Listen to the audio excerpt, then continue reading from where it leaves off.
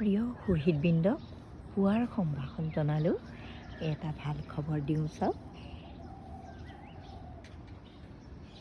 তলৰ কংক্ৰিটৰ ওপৰতে মই এটা জাতিলাওৰ গুটি গুজি থৈছিলোঁ। গজিলে ইয়া এইদৰে তলৰ পৰা ওপৰলৈ বগাই আহিছে মানে চাওক।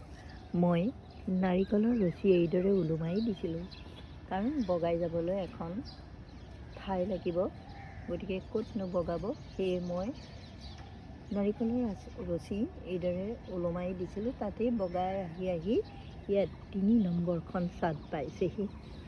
৩ নম্বৰ চাদত মই অতি কম খৰচতে মাত্ৰ 50 টকামান লৈছিল প্লাষ্টিকৰ ৰোল আনি পেলাই মই এইদৰে ওপৰৰ পৰা এখন হেন্দালি প্ৰস্তুত কৰি দিছোঁ। দেখিছেনে এইদৰে?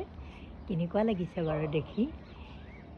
নিশ্চয় ভাল লাগিছে নহয়নে? আৰু যেতিয়া গোটেই এই চালিখন অৰ্থাৎ হেন্দালিখন গোটেই জাতিলাও গছেৰে যেতিয়া বগাই থাকিব আৰু জাতিলাও লাগি ওলমি থাকিব, কিমান ভাল লাগিব বাৰু আপোনালোকে কওকচোন।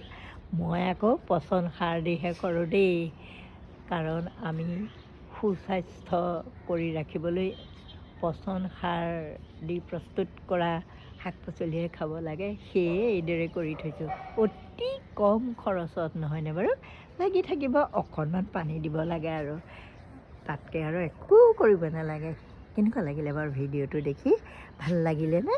মই এইদৰে শাক পাচলি কৰি খাই থাকোঁ। আহিছোঁ আজিলৈ, ধন্যবাদ।